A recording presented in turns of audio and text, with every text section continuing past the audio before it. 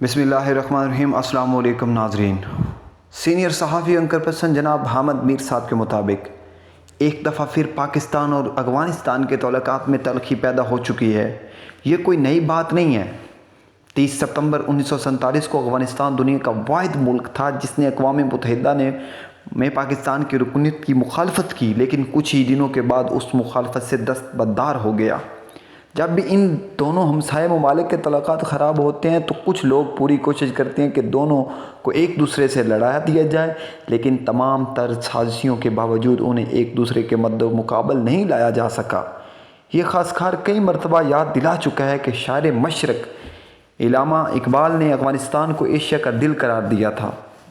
اقبال صاحب سے محبت کرنے والا کوئی پاکستانی اپنے افغانی بھائیوں سے نفرت نہیں کر سکتا۔ علامہ اقبال کے کلام میں جگہ جگہ افغانیوں اور جدید افغانستان کے بانی احمد شاہ ابدالی سے محبت کا اظہار ملتا ہے۔ 1933 میں علامہ اقبال افغانستان کے دورے پر گئے تو سب سے پہلے انہوں نے غزنی میں حکیم سہانی اور حضرت داتا گنج بخش علی اجویری کے والد حضرت عثمان اجویری کے مزار پر حاضری دی۔ بعد میں محمود غزنوی کے مزار پر گئے۔ قندھار پہنچے تو احمد شاہ ابدالی کے مزار پر بھی حاضری دی۔ افغانستان کے حکمران ظاہر شاہ نے 1938 میں علامہ اقبال کے مزار کی تعمیر کے لیے سرخ پتھر بھجوائے۔ علامہ اقبال کلام اور ان کے مزار کی دیواروں میں لگے سرخ پتھر افغان اور پاکستانیوں کو ہمیشہ ان دشمنوں سے خبردار کرتے رہے گا اور انہیں آپس میں لڑنا چاہتے ہیں لیکن ظاہر شاہ کے دور میں دو واقعات نے پاکستان اور افغانستان کے تعلقات کو خراب کیا۔ پہلے واقعہ اقوام متحدہ میں افغانستان کی طرف سے پاکستان کی مخالفت تھا۔ دوسرا واقعہ شمالی وزیرستان میں برطانوی حکومت کے خلاف مزاحمت کرنے والے قبائلی رہنما فقیر اپی کو پاکستان کے خلاف استعمال کرنے کی کوشش کی تھی۔ فقیر اپی برطانیہ کو اپنے دشمن سمجھتے تھے۔ 1947 میں پاکستان بننے کے بعد پاکستانی فوجی کا سربراہ ایک انگریزی فوجی افسر تھا، لہذا فقیر اپی نے پاکستانی فوج کے خلاف مزاحمت شروع کر دی۔ انہوں نے پاکستان فوج کے خلاف لڑنے کے لیے فنڈز اور اسلحہ کابل میں بھارتی سفارتخانے کے ذریعے دیتا تھا۔ بھارتی حکومت کو یہ شکایت تھی کہ ایک افغان عالم دین مولا شو بازار کے حکم پر افغانستان اور پاکستان کے قبائلیوں نے ریاست جموں و کشمیر میں بھارتی فوج کے خلاف لڑائی کے لیے لشکر کشی کی۔ جو لوگ آج پاکستان میں افغانیوں پر تنقید کرتے ہیں وہ یاد رکھیں کہ اگر افغانستانیوں کی حکمران اشرافیہ نے کسی وجہ سے اقوام متحدہ میں پاکستان کی مخالفت کی تو مولا شو بازار نے کابل میں بیٹھ کر کشمیر اور مسلمانوں کی حمایت بھی کی تھی۔ پاکستانی حکومت نے فقیر اپی کو غلط فہمی دور کرنے کے لیے سب سے پہلے اپنی فوج کو برطانوی افسروں سے پاک کیا اور پھر مسجد اقصیٰ کے امام مفتی امین الحسینی کو پاکستان بلایا۔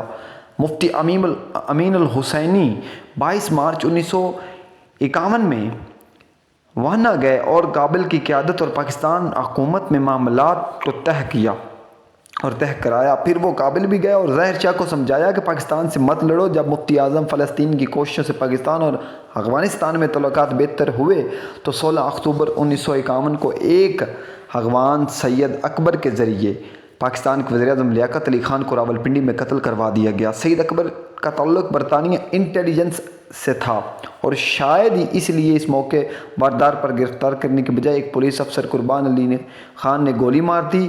ادھر ظاہر شاہ کے خلاف سابقہ سوویت یونین کی سازش شروع کی گئی تو ظاہر شاہ کو یہ تجاویز دی گئی کہ سوویت یونین کا مقابلہ کرنے کے لیے پاکستان اور افغانستان کے کنفیڈریشنز بنا لی ہیں، چاہے جس کے تحت دونوں ممالک کی خود مختاری قائم رہے گی لیکن دفاع اور خارجہ پالیسی مشترکہ ہوگی۔ نیو یارک ٹائمز 10 اپریل 1954 میں کو ایک سٹوری شائع کہ جس میں کہا گیا کہ پاکستان اور افغانستان کے کنفیڈریشنز کی ایک تجویز زیر غور ہے جس کا پاکستان کو یہ فائدہ ہوگا کہ کابل پشتونیست تحریک کی سرپرستی چھوڑ دے گا اور افغانستانیوں کو یہ فائدہ ہوگا کہ بیرونی جارحیت کی صورت میں پاکستان کی فوج افغانستان کا دفاع کرے گی۔ یہ تجاویز آگے نہ بڑھ سکیں اور دونوں ممالک میں غلط فہمیاں قائم رہیں۔ تاہم 1965 اور 1971 کی پاک بھارت جنگ افغانستان نے پاکستان کے خلاف کوئی نیا ماز نہ کھولا۔ ذوالفقار علی بھٹو کے دور میں حیات محمد خان شیرپاؤ کے قتل کے بعد دونوں ممالک تعلقات میں کشیدگی بڑھ گئی اور پھر IGFC میجر جنرل نصیر اللہ حسین نے بابر نے گلبند حکمت یار اور احمد مسعود سمیت کئی باغی افغان رحمان کو سردار دیوئی کی حکومت کے خلاف استعمال کرنا شروع کیا۔ بھٹو اپنی کتاب میں اگر مجھے قتل کر دیا گیا میں لکھا گیا کہ جو جون 1976 میں سردار داؤد نے کابل بلایا اور اگست 1976 میں وہ راولپنڈی آئے اور دونوں ممالک میں طے پایا کہ افغانستان ڈویژن لائن کو مستقل سرحد تسلیم کرے گا اور پاکستان ولی خان سمیت نیشنل عوامی پارٹی نیب کے ان تمام رہنماؤں کو رہا کر دیا جائے گا، پر حیدرآباد سازش کیس کے تحت مقدمہ چل رہا تھا۔ دیرینہ اسنا 1970 میں پاکستان میں مارشل لا لگ گیا۔ جنرل ضیاء نے جلد بازی میں ڈویژن لائنز کو مستقل سرحد تسلیم کرنے کے بغیر ہی نیب کی قیادت کو رہا کرا دیا تاکہ انہیں بھٹو کے خلاف استعمال کیا جا سکے۔ بعد ازاں بھٹو کو پھانسی پر لٹکایا گیا اور سردار داؤد بھی قتل ہو گئے۔ افغانستان میں روسی فوج داخل ہو گئی۔ جنرل ضیاء پاکستان میں پہلے موجودہ گلبدین حکومت یار اور احمد شاہ مسعود کی روسی فوجی کے خلاف استعمال کرنا شروع کر دیا۔ تاریخ یہ بتاتی ہے کہ پاکستان میں سیاسی حکومتوں کے دور افغانستانیوں کے ساتھ تعلقات کو بہتر بنانے کی کوشش کی گئی، لیکن فوجی ڈکٹیٹروں نے ہمیشہ افغان عالمی طاقتوں کے لیے ایندھن بنانے کی کوشش کی۔ مشرف کا دور پاک افغان تعلقات کے حوالے سے بدترین دور تھا۔ مشرف کی پالیسی طریقے طالبان کے پاکستان کو جنم دیا اور پاکستان میں خود کش حملے شروع ہوئے۔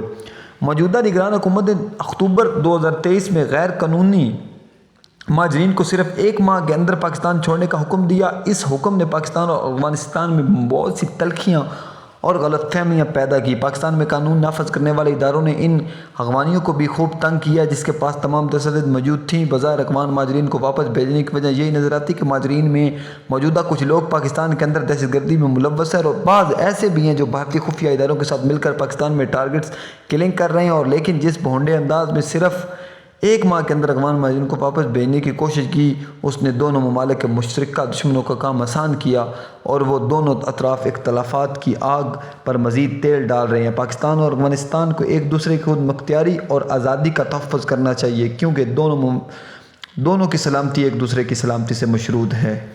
السلام۔